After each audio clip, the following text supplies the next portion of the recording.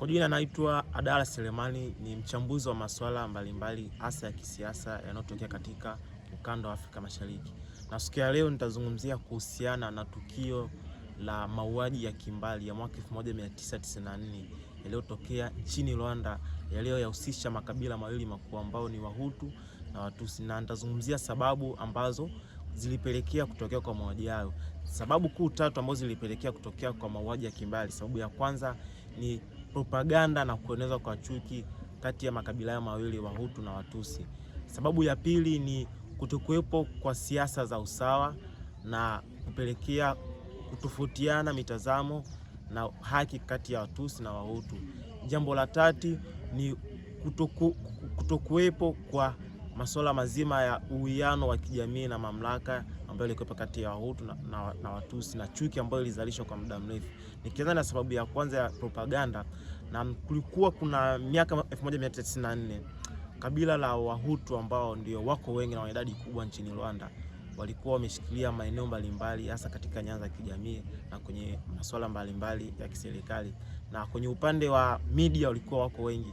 So Wahutu walianzisha propaganda ya kuwakandamiza Watusi na kuwafanya Watusi waonekane ni jamii ambayo haifai nchini Rwanda, na baadhi ya watangazaji walikuwa wakiwaita Watusi kama nzi katika jina kwenye namna moja ya kuwaziaki.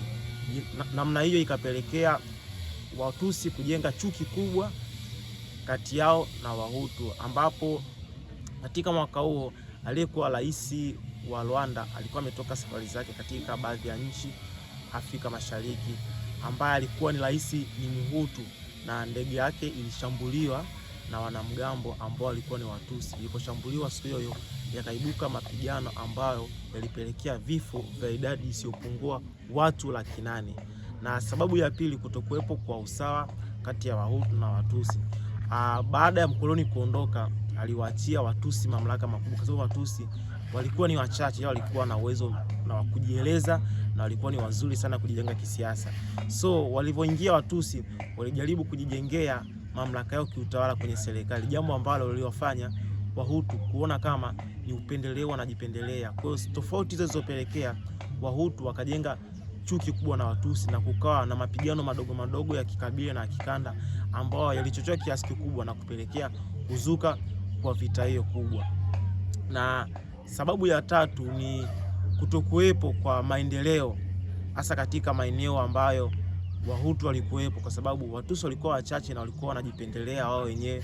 Walikuwa wakiboresha shule ambazo zilikuwa katika maeneo ya jamii za Kihutu na wakiboresha miundombinu mbalimbali, ila kwa upande wa Watusi hali haikuwa hivyo.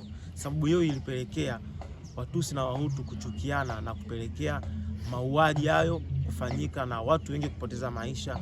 Pia baadhi ya watu ambao walichangia mauaji ni wako viongozi wa dini, maaskofu, mashehe na viongozi wa jeshi la polisi ambao walikuwa ni Wahutu. Walikuwa wakiwachukua Watusi na kuwapeleka hospitali na kwenda kuwachoma sindano zenye sumu na kupelekea vifo vya watu zaidi ya 800,000. Kwa siku ya leo nitaishia hapa. Usisahau kulike, kushare, kusubscribe na kutoa comment.